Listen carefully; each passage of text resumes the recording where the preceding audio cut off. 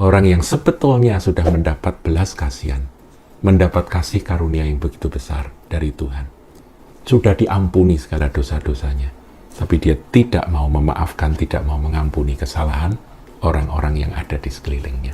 Itulah sebabnya tadi saya katakan bahwa jantung dari kehidupan orang Kristen itu adalah pengampunan. Kalau tidak mau mengampuni, saudara, kita tidak akan diampuni sama Tuhan. Nah, pengampunan ini memang tidak mudah, tapi ini merupakan watak atau sifat dari Tuhan Yesus sendiri. Tuhan Yesus itu penuh dengan kasih, belas kasihan, dan pengampunan. Berapa kali Tuhan Yesus disakiti hati ya, oleh Petrus misalnya, yang menyangkal dia, tapi Tuhan mengampuni. Jadi siapapun, saudaraku, yang pernah berbuat dosa pada Tuhan, kalau datang dan minta ampun pasti diampuni. Tapi Tuhan menuntut. Kalau kita mau jadi orang yang terus-menerus hidup dalam pengampunan, kita salah kita diampuni, kita salah diampuni, maka kita pun juga harus punya sifat yang sama seperti Tuhan kita.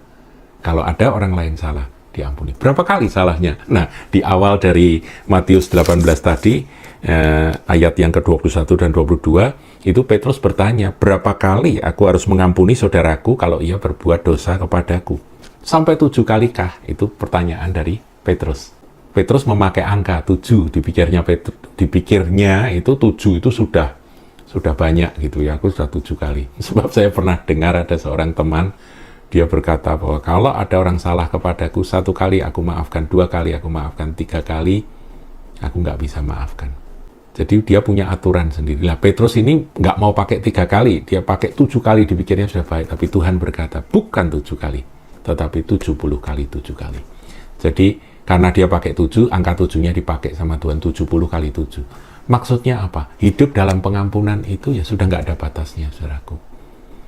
Sebab apa? Sebab kalau kita nggak mau mengampuni orang yang bersalah pada kita, nanti ujung-ujungnya kita sendiri yang kena. Pertama, kita nggak diampuni sama Tuhan, karena itu syarat.